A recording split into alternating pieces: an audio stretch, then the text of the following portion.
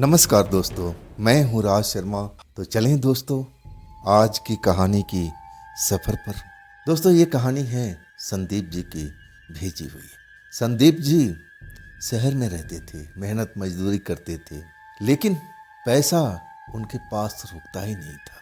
इतना पैसा कमा ही नहीं पाते थे, जी तोड़ मेहनत करते थे, लेकिन आखिरकार जब उनके पास पैसा गिनते थे, मतलब जो भी उनकी सैलरी आती थी या फिर यूँ कहें कि रोज़ की कमाई आती थी, तो देख करके हैरान रह जाते थे। इतने पैसे में मैं क्या क्या कर लूँगा। मैं घर का किराया दूंगा, अपने लिए खाने का प्रबंध करूँगा, या फिर अपने गांव में कैसे पैसा भेजूँगा, क्या कैसे मैं ये सब कुछ मैनेज करूँगा। समझ में उनको नहीं आ रहा था, बहुत परेशान रहते थे। और कभी कभी तो उनको काम भी नहीं मिलता था। जब काम नहीं मिलता था तो और टेंशन में आ जाते थे कि अब क्या होगा, आज तो मेरी काम भी दिहाड़ी भी नहीं लगी, तब मेरा धर्म कर्म कैसे चलेगा। कभी कभी बहुत ज़्यादा चिंतित हो जाते थे। अब फिर एकांत जगह पर जाके बैठ जाते थे। कभी कभी रोड के किनारे किसी बेंच पर बैठ जाते थे, कभी पेड़ के नीचे बैठ जाते थे, कभी कभी किसी गार्डन में, कोई किसी बगीचे में जा कर के आराम से बैठ के सोचने लगते थे कि कैसे मैं करूँगा। और कभी कभी सोचते सोचते रोने भी लगते थे। ऐसा ये उनके साथ में बात हुई थी। तो चलिए आज ये कहानी को स्टार्ट करता हूँ संदीप जी की ही पॉइंट ऑफ व्यू से। दोस्तों मेरा नाम संदीप है। मैं पैसे से तो मजदूर था, कभी दिहाड़ी मिल जाती थी, कभी नहीं मिलती थी। पैसे की तंगी तो हमेशा मेरे पास में रहती थी। अब महीने में 10 दिहाड़ी मिल गई, 15 दिहाड़ी मिल गई, तो ले दे करके पूरा पैसा बराबर ही हो जाता था। मेरा किराए का घर था, किराया भी देना होता था, खाने का भी पैसा अब लगता ही था। और सबसे बड़ी टेंशन थी मेरे घर परिवार की। वहाँ पर भी कुछ पैसा भेजना होता था हर महीने। अगर मैं ना पैसा भेजूं तो हमारे घर में दिक्कत परेशानी आ जाती थी। लेकिन वही बात है ना, मैं जब दिहाड़ी तो अपने लगन से करता था, मेहनत करता था, लेकिन काम प्रॉपर मिलता ही नहीं था। मैं बहुत चिंतित हो जाता था। अब मैं इतना पढ़ा लिखा नहीं था कि मैं कोई अच्छी नौकरी पा सकता था। मैं मेहनत मजदूरी, जो भी मुझे काम कोई देता कि हाँ भाई संदीप ये काम कर लो, उस काम करने के लिए मैं तैयार रहता था। एक एक दिन को जब दोपहर थी, मैं काम की तलाश में निकला था और आज सुबह से कोई मुझे काम दिया नहीं था। लेकिन जब काम कुछ नहीं मेरे पास में मिलता, तब मैं एक पार्क में जा कर के बैठ जाता हूँ, चिंतन मंथन करने लगता हूँ कि मैं मेरी जो काम है आज तो मिला नहीं, तो आज की दिहाड़ी तो गई, कैसे चलेगा। ऐसे तो हो रहा है 2 दिन 3 दिन पर काम मिलता है और फिर काम बंद हो जाता है।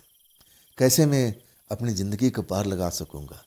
अभी तो मेरी कोई ख़ास उम्र भी नहीं, और उस टाइम उम्र मेरी जो थी 23-24 साल की लगभग थी। मैं बहुत परेशानी में था। पार्क में बैठा हुआ अपने भविष्य के बारे में सोच रहा था। अब पार्क में एक बाबा जी भी बैठे हुए थे, जो कुछ कुछ खा रहे थे। वो मुझे देख रहे थे, कई बार खाते खाते मैं कभी कभी उनकी तरफ देख लेता था। अचानक वो मुझे आवाज़ देते हैं, अरे लड़के इधर आना, मेरे पास में आओ।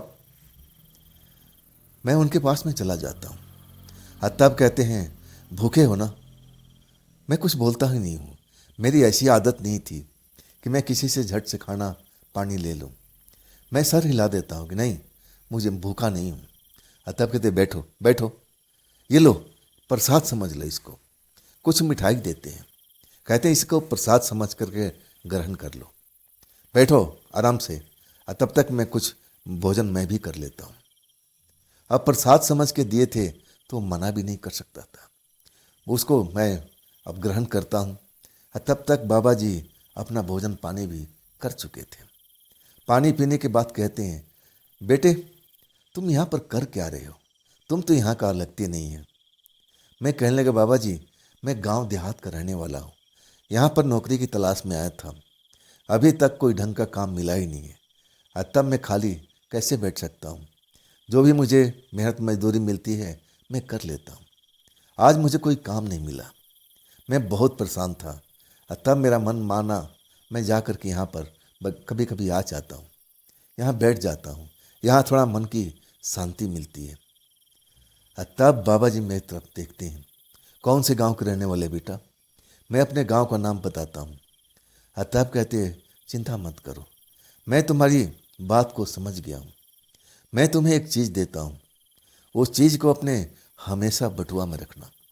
वो चीज़ तुम्हारी सहायता करेगी, तुम्हारी मदद करेगी काम दिलाने में, अपने पास रख लो। मैं कभी तंत्र मंत्र और ऐसा किसी टोटके के चक्कर में आज तक नहीं पड़ा था, ना हमारे घर में ऐसा कोई महत्व देता था, मैं भी महत्व नहीं देता था। मैं लेने से तो मैं इनकार कर दिया था। तब बाबा जी कहने लगे, अरे ये कोई टोटका नहीं है, कोई जादू नहीं है। अभी ये समझ लो, मैं तुम्हारे लिए एक उपहार दे रहा हूँ, अपने बटुए में रख लो। अब फिर कभी हम मिलेंगे तब इसके बारे में बताना कि इसका रखने के बाद तुम्हारा काम कुछ आगे बढ़ा है या नहीं बढ़ा है।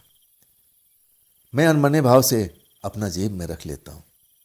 अब फिर बाबा जी कहते हैं कि कभी कभी मैं इधर से गुजरता हूँ ना, तो दोपहर के टाइम मैं कुछ देर यहाँ पर भी भोजन पानी करता हूँ, कुछ आराम करता हूँ, और फिर मैं दूसरी जगह चला जाता हूँ। बाबा जी से बहुत सारी मेरी बातचीत हुई थी। जब एक बार मैं उनसे खुल चुका था तो पूरी समस्या अपना घर के सामने रख दिया कि बाबा जी, ना जाने ऐसा क्या हो रहा है कि हमारे घर से गरीबी मिट ही नहीं रही है। मैं इतना मेहनत करता हूँ, लेकिन मेहनत का क्या फ़ायदा? एक दिन काम मिलता है और कई दिन मुझे ऐसे ही रहना पड़ता है। तब बाबा जी मुस्कुरा के कहते हैं, जो मैं तुम्हें उपहार दिया हूँ ना, उसको संभाल के रखना, उसको गुम होने मत देना। हम फिर कभी मिलेंगे बेटा, फिर कभी बात करेंगे। इसके बाद वो निकल जाते हैं। मैं कभी इन चीज़ों पर विश्वास नहीं किया था। बाबा जी जो मुझे चीज़ दिए थे वो तो मेरी समझ से बाहर था। एक चमकता हुआ पत्थर जैसा था। वैसे पत्थर तो आम बाजार में मिल जाते हैं, अंगूठी में लगाते हैं न, जो ऐसा लोग बेचते रहते थे, उसी तरह का एक पत्थर था। मैं उस पर विशेष ध्यान नहीं देता हूँ। अब मैं रख तो लिया था, इसके बाद मैं भी अपने घर चला जाता हूँ। रात में अपना खाना पीना जो भी था करके सो जाता हूँ। सुबह जब मैं अपने काम की तलाश में निकलता हूँ तो मुझे काम मिल जाता है। इसके बाद तो लगातार मुझे काम पर काम मिलता ही गया था। मैं एक दिन भी खाली नहीं बैठा था। लगभग 15 दिन हो चुका था। मैं तो एकदम ऐसा क्या हो गया मैं समझ नहीं पा रहा था। अब मैं उस चीज़ को भूल गया था। जो बाबा ने मुझे एक पत्थर दिया था चमकता हुआ, मैं उसको भूल गया था। मुझे लगा कि चलो अब काम का सिलसिला चल चुका है, पैसा मेरे पास में आने लगा और मैं पैसा को देख करके इतराने लगा था। और ऐसा ही हुआ। 3 महीने तक लगातार एक रोज भी नागा नहीं जाता है। कई बार तो मुझे देर रात तक रुक के काम करना पड़ता था। मैं समझ नहीं पाता था कि मैं काम के लिए तरसता रहता था। अब तो इतना मुझे काम मिल रहा है कि मेरे पास खाना खाने का समय भी नहीं मिलता है। मैं बड़ा खुश था। हरे हरे नोट का चमक देख करके मैं अब जैसे गरीबी से बाहर अपने आप को समझने लगा था। मैं इतराने लगा था कि अब मैं ज़्यादा पैसा कमा रहा हूँ। जहाँ पर ज़्यादा कमाई होती है ना, तो इंसानी फितरत होता है। और जैसे हमारे घर में हमने इतने सारे पैसे एक साथ कभी देखते नहीं थे। इतने सारे पैसे देख करके मेरा दिमाग डमाडोल होने लगा था। मैं गलत सोहबत में पड़ने लगा था। कुछ साथी थे जो मेरे साथ में काम करते थे। हर शाम की अब वो ठेके पे पहुंचते थे, पैसा कमाते थे अच्छे भले, और फिर ठेके पर जा कर के दारू खरीदना और कुछ ऐसा चीज़ खाना पीना, मतलब कुछ पैसा अपने ऊपर में खर्च करते थे। वही साथी मेरे साथ में आ चुके थे। मैं भी उनकी तरह अब बन चुका था। हमें अब रोज़ दारू पीने लगा था रात के टाइम में, और पैसा भी कमा रहा था। ऐसा नहीं था कि मैं पैसा कमा नहीं रहा था। रोज़ मैं जाता था अपने काम पर अब तो ऐसा हो गया था कि एक बार मुझे काम मिलता ना, वो काम 15 दिन तक, 10 दिन तक वही काम चलता रहता था। मैं बड़ा खुश था। मेरे पास में पैसे की अब कमी नहीं थी। मैं जो चाहे मर्जी अब खरीद सकता था। मैं अपने घर परिवार पर खर्च भी करने लगा। मैं वो टाइम टाइम पर उनके लिए पैसा भेजता था। मेरे परिवार के लोग भी खुश थे। आखिरकार एक रात मुझे एक सपना आता है, बड़ा ही अजीब व गरीब सपना। वो सपना था कि मैं उसी पार्क के अंदर में बैठा हुआ हूँ। रात का टाइम है और वही साधु बाबा जो मुझे वो उपहार दिए थे, चमकते हुए पत्थर, और बोले थे अपने पर्स में रख लेना, अपने बटुए में रख लेना, वही मुझे बैठे हुए नजर आ रहे हैं। और उसी बेंच पर मैं देख रहा हूँ कि मैं अलग जगह पर बैठा हुआ हूँ, वो मुझे सामने दिखाई दे रहे हैं। मैं देख रहा हूँ कि रात हो चुका है। और तब मैं देखता हूँ कि उनके पास में कुछ ऐसे लोग दिखाई दे रहे हैं जो मनुष्य तो हो ही नहीं सकते। मैं देखता हूँ कि कोई लंगड़ा है, कोई हवा में चल रहा है, और कोई ऐसा भयानक शरीर लेकर के उनके पास खड़ा हुआ है। और कुछ सुंदर स्त्री भी थी वहाँ पर, कुछ लड़की भी थी जो उनके आसपास घिर करके खड़ी थी। और वो सबको कुछ न कुछ बता रहे थे, सबको कुछ न कुछ काम बता रहे थे कि तुम्हें ये काम करना है, तुम्हें ये काम करना है। मतलब जितने भी उनके पास में लोग थे, मैं देख लिया था कि वो इंसान तो हो ही नहीं सकते थे। अजीब वो गरीब वो सपना मुझे आज भी याद है। और तभी साधु बाबा की नज़र मुझ पर पड़ती है। वो मुझे बुलाते हैं, एक जोरदार आवाज़ लगाते हैं। वो आवाज़ बहुत ही कड़क थी, भारी आवाज़ था। वो आवाज़ सुन करके मैं डर जाता हूँ, भागते हुए आता हूँ। और तब कहते हैं, देख लो, तुम्हें भी यहीं पर आना है, तुम्हें भी इन्हीं के साथ में मेरा आदेश को पालन करना है। अब तुम समझ गए होगे ना, मैं तुम्हें एक चीज़ दिया था, वो चीज़ तुम्हारे पास सही सलामत है ना। मैं कुछ बोल नहीं पा रहा हूँ। मैं तो ये सब देख करके हैरान था, ये कैसा सपना है, ऐसे मुझे कभी सपना नहीं आया था। उस साधु बाबा को देख करके मैं थोड़ा डर भी गया था, क्योंकि साधु बाबा की आंखें एकदम लाल लाल नजर आ रही थी। वो मुझे कह रहे थे कि देखो, तुम्हें भी यहीं पर आना है, इन्हीं के साथ मैं तुम्हें भी रखूंगा। जो मैं तुम्हें आदेश दूंगा वो तुम्हें काम करना पड़ेगा। बस वो समय आने वाला है, जल्दी ही आने वाला है, अब फिर तुम मेरे साथ में रहोगे, इन्हीं लोगों के बीच में रहोगे। मैं समझ नहीं पाया था। मैं भागने लगता हूँ वहाँ से, लेकिन मैं भाग नहीं पाता। वो साधु बाबा ललकारते हैं मुझे, भागना बेकार है, तुम इस जगह से मुझसे बच के नहीं जा सकती। अब फिर वहाँ पर जो विचित्र विचित्र तरह के लोग, औरतें, लड़कियाँ दिखाई देती हैं, उनको आदेश देते हैं, इस लड़के को पकड़ के ले आओ, इस लड़के को पकड़ ले आओ, इसको भागने मत देता। वो मुझे पकड़ के लाते हैं, मैं चीखता हूँ, चिल्लाता हूँ, और साधु बाबा मेरे सामने बैठ जाते हैं।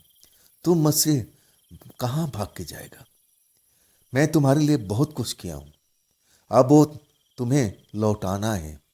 तुम्हारे पास अब समय अब ज़्यादा नहीं है, तुम मेरे पास में यहीं पर आओगे, इन्हीं के बीच में तुम्हें भी रहना है। तुम इनको जान लो, पहचान लो, अब समझ लो कि तुम्हारी ये साथी मित्र हैं। अचानक साधु बाबा जोर से मेरे कान के पास चीखते हैं। ऐसा लगता है कि मेरे कान के पर्दे फट जाएंगे, और उसी वक्त मेरी नींद खुल जाती है। मैं पसीने से लथपथ था, मैं इतना डरा हुआ था, मैं कभी भूत प्रेत से कभी नहीं डरा।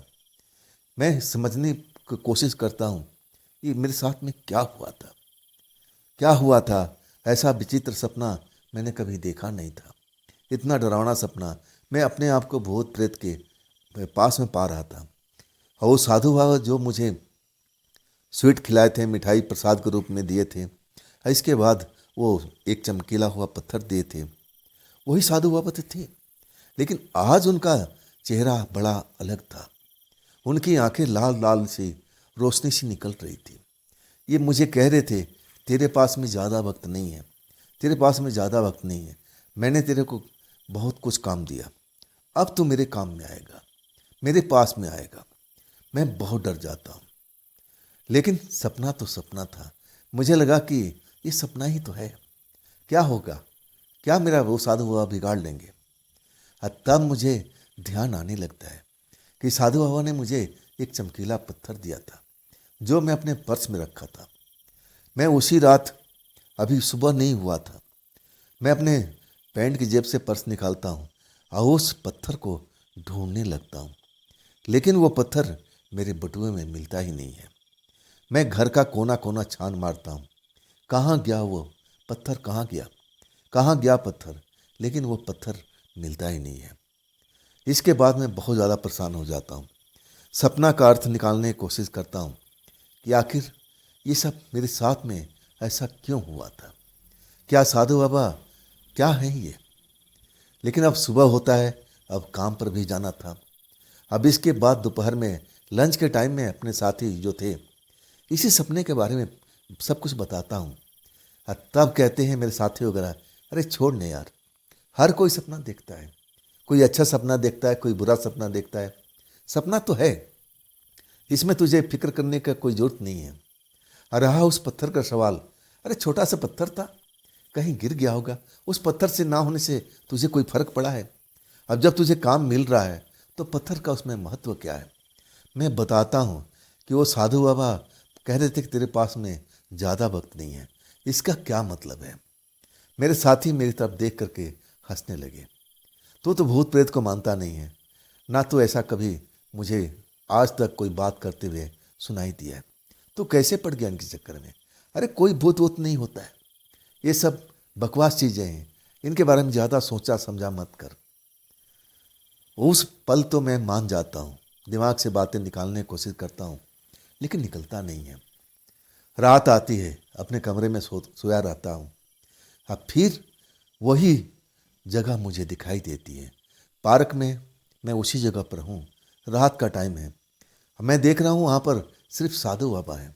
वो मुझे आवाज़ दे रहे हैं, मेरे को आवाज़ दे रहे हैं, मेरे पास में आ, मेरे पास में आ, मेरा पत्थर वापस कर दे, मेरा पत्थर वापस कर दे।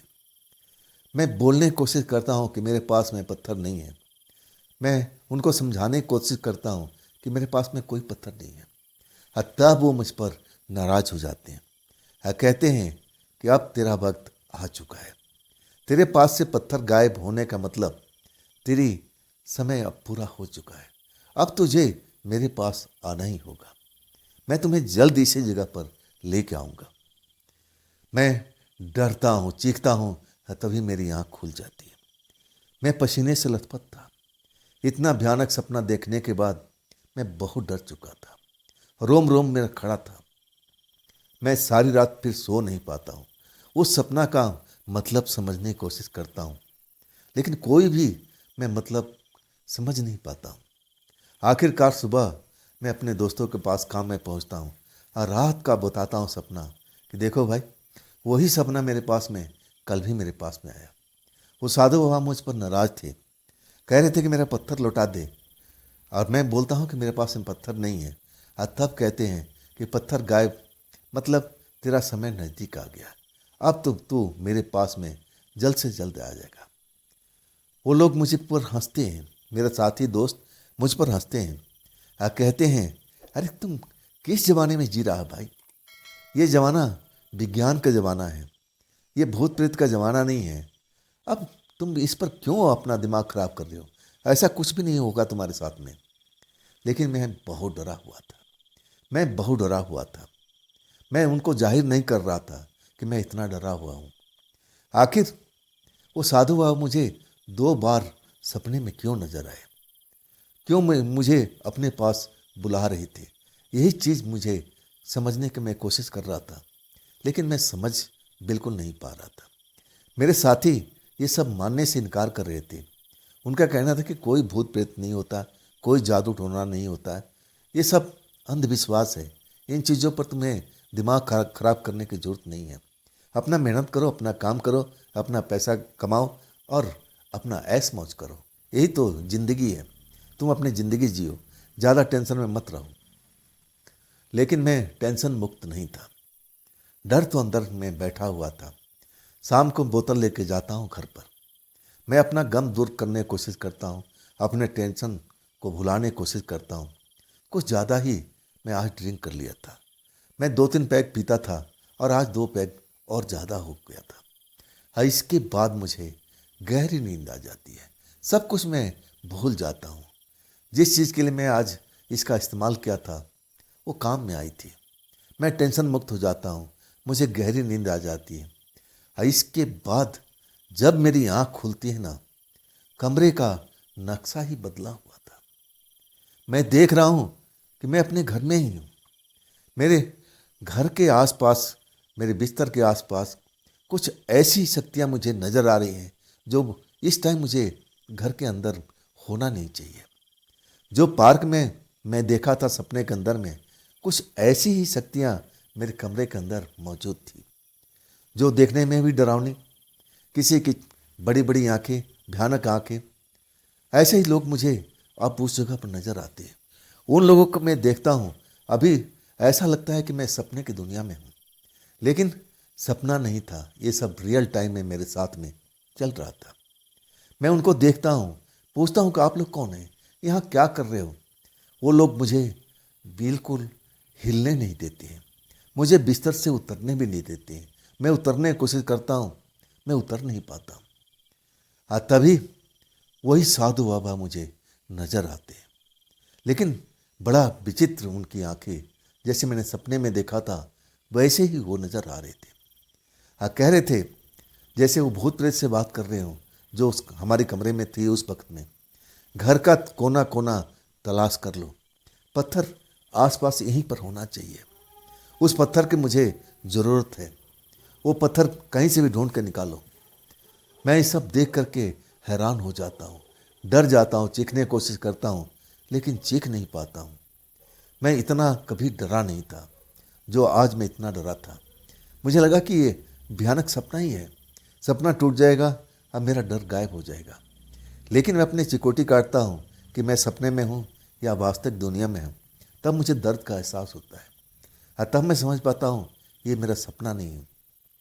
आखिर वो पत्थर में क्या था, पत्थर जो मुझे दिए थे वो दोबारा क्यों मांग रहे थे। पत्थर गया तो कहाँ गया, मुझे भी समझ में नहीं आ रहा था। और ये सब इतने भूत प्रेत मेरे कमरे में कैसे आ गए, क्या चाहते हैं। तभी जो बाबा थे, साधु बाबा, मुझ पर नाराज हो जाते हैं। अब इसको लेके चलो, पत्थर तो निकल चुका हाथ से, लेकिन अब इसका वक्त आ गया है, अब लेके चलो। मैं बहुत रोने का कोशिश करता हूँ, चिल्लाने की कोशिश करता हूँ कि नहीं, आप मेरे साथ में ऐसा कोई गलत काम नहीं कर पाओगे, मैं ऐसा होने नहीं दूंगा। वैसे मैं मेहनत मजदूरी करता था, हट्टा कट्टा था, शरीर में जान था। और उस रात तो मैंने ड्रिंक भी किया हुआ था, अभी उसका सुरूर बाकी था। अब मैं उनसे, साधु बाबा से उलझ जाता हूँ।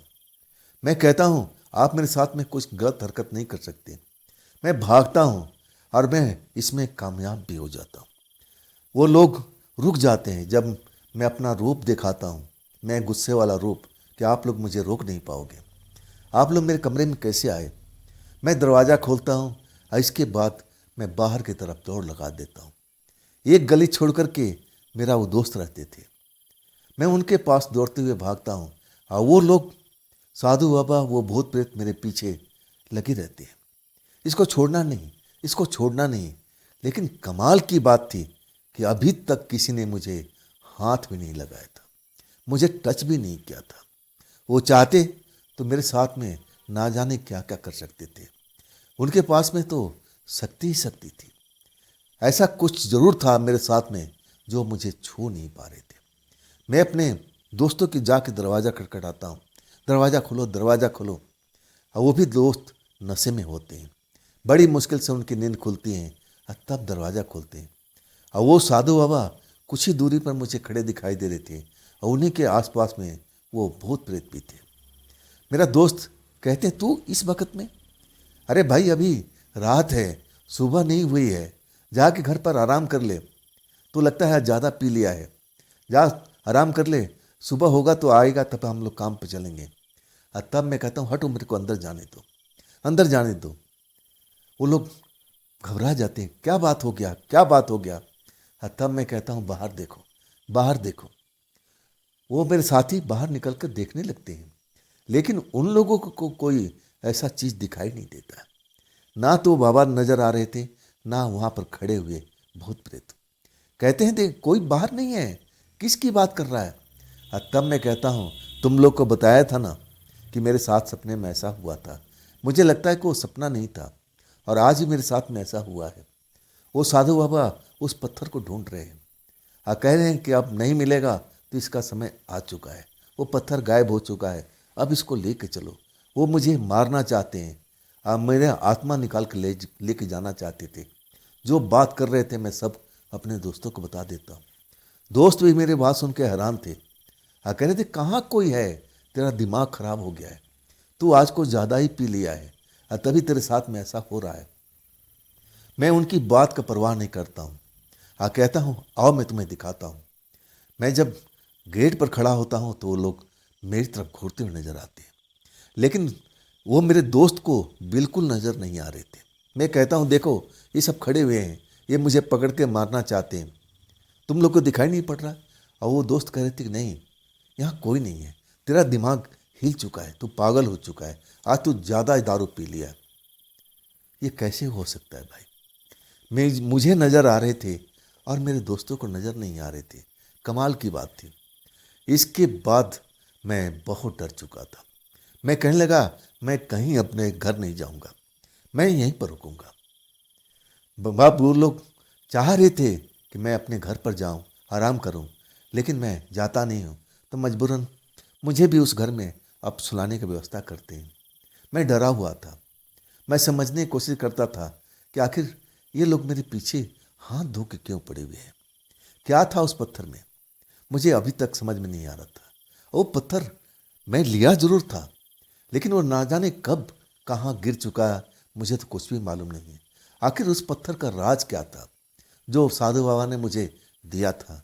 हाँ, तब मुझे ध्यान आने लगा कि उस पत्थर के बाद पहले ही दिन से असर तो होने लगा था, मुझे काम तो मिलने लगा था। इसके बाद मेरे पास में काम की कमी नहीं रही। ऐसा पहली बार हुआ है। मैं ध्यान लगाने लगा कि मैंने उस पत्थर को तो अपने बटुए में रखा था, आखिर बटुआ से कैसे निकल गया। इतने सारे भूत प्रेत मुझे घेर के खड़े थे, मुझे क्यों नहीं छू पा रहे। आखिर उस पत्थर का रहस्य क्या था। लेकिन यहाँ पर अब मैं किससे पूछूं। मेरे यार दोस्त ऐसे थे कि भूत प्रेत के नाम से ही मुझे अब मजाक उड़ाने लगते थे। अब इनसे बोलना ही बेकार था। बड़ी मुश्किल से मैं रात काटता हूँ। मुझे समझ में नहीं आता है कि जब सुबह होती है तो मैं क्या करूँ। अब सुबह होने के बाद जब दिन का उजाला हो जाता है तब मेरा डर कम होता है। मुझे समझ में नहीं आ रहा। मेरे यार दोस्त कहते हैं चल काम पर, तब मैं कहता हूँ आज काम को तुम लोग संभाल लेना, मैं आज नहीं जा पाऊँगा, मैं कहीं और जा रहा हूँ। वो मुझसे पूछते हैं कि कहाँ जा रहा कहाँ जा रहा। मैं मना कर देता हूँ कि कुछ ज़रूरी काम है। लेकिन अभी भी मुझे समझ में नहीं आ रहा था कि मैं कहाँ जाऊँ, किससे बात करूँ, कौन मेरी बात पर यकीन करेगा। आखिरकार कुछ भी नहीं सोचता तब मैं एक मंदिर में आ जाता हूँ। दोपहर का समय था, पुजारी जी आराम कर रहे थे, बाहर ही कमरा था। मुझे कुछ समझ में नहीं आ रहा था तो मैं मंदिर की सीढ़ियों पर बैठ गया और मैं वहीं चिंतन मंथन करने लगा। आखिरकार पुजारी जी उठते हैं, मुझे सीढ़ियों पर आके कहते हैं अरे बेटा बाहर गर्मी है, तुम कौन हो, यहाँ पर क्यों बैठे हुए हो। तब मैं कहता हूँ पुजारी जी मैं आपसे बात करने के लिए आया था लेकिन आप सो रहे थे, मेरी एक समस्या है, मेरी समस्या का आप निदान कर देंगे। तब कहते हैं बेटा आ जाओ, छाया में आ जाओ, मेरे कमरे में आ जाओ। मुझे पानी पिलाते हैं। कहते हैं अब तुम बताओ क्या हुआ तुम्हारे साथ में। मैं पूरी पूरी घटना बता देता हूँ। जो पार्क में जो शुरुआत हुई थी, वो छोटा सा पत्थर मुझे बाबा जी ने दिया था। इसके बाद मुझे काम की कोई कमी नहीं होती है। पूरा डिटेल बता देता हूँ, आज का सब कुछ बता देता हूँ। तब वो जो पंडित महाराज थे मेरी तरफ देखने लगते हैं। कहते हैं कि वो पत्थर देखने में कैसा था। मैं कहता हूँ आम पत्थर था, जैसे लोग अब रोड पर बेचते रहते हैं, अंगूठी में कोई लगाता है ना, कोई ऐसा कुछ न कुछ करते रहते हैं, वैसे ही नॉर्मल सा पत्थर था। मेरी नज़र में उसका कोई वैल्यू नहीं था। ऐसा पत्थर मैंने बहुत देखा है बाहर बिकते हुए। उस पत्थर में मुझे ऐसा नहीं लगा था कि इसमें कोई जादू है, कोई मंत्र है, कोई टोटका है, मुझे ऐसा कुछ भी नहीं लगा। तब जो पंडित महाराज थे कहने लगे, वो पत्थर था ना, जादुई पत्थर था। उस पत्थर ने तुम्हें पहचान लिया था। पत्थर जान चुका था कि तुम उसके अब काम में आओगे। पत्थर तुम्हारा जो है अब कहाँ है तुम्हें मालूम नहीं है। तुम पूरा तरह ढूंढ चुके हो। मैं कहता हूँ हाँ, पत्थर मैंने अपने बटुए में रखा था, इसके बाद न जाने कब कहाँ गिर जाता है, मुझे तो पता भी नहीं लगता है। तब पंडित महाराज कहते हैं, वो पत्थर गिरा नहीं है, वो तुम्हें मालिक चुन लिया है। अब वो पत्थर तुम्हारा शरीर का एक हिस्सा बन चुका है, इसीलिए ये सब तुम्हारे साथ में हो रहा है। वो जादुई पत्थर जो बाबा जी तुम्हारी गरीबी सुन करके तरस खा के तुम्हें दे दिए थे, वो बाबा जी को शायद अब उसकी ज़रूरत थी। और बाबा जी साधारण बाबा जी नहीं है, वो तंत्र मंत्र के माहिर इंसान हैं।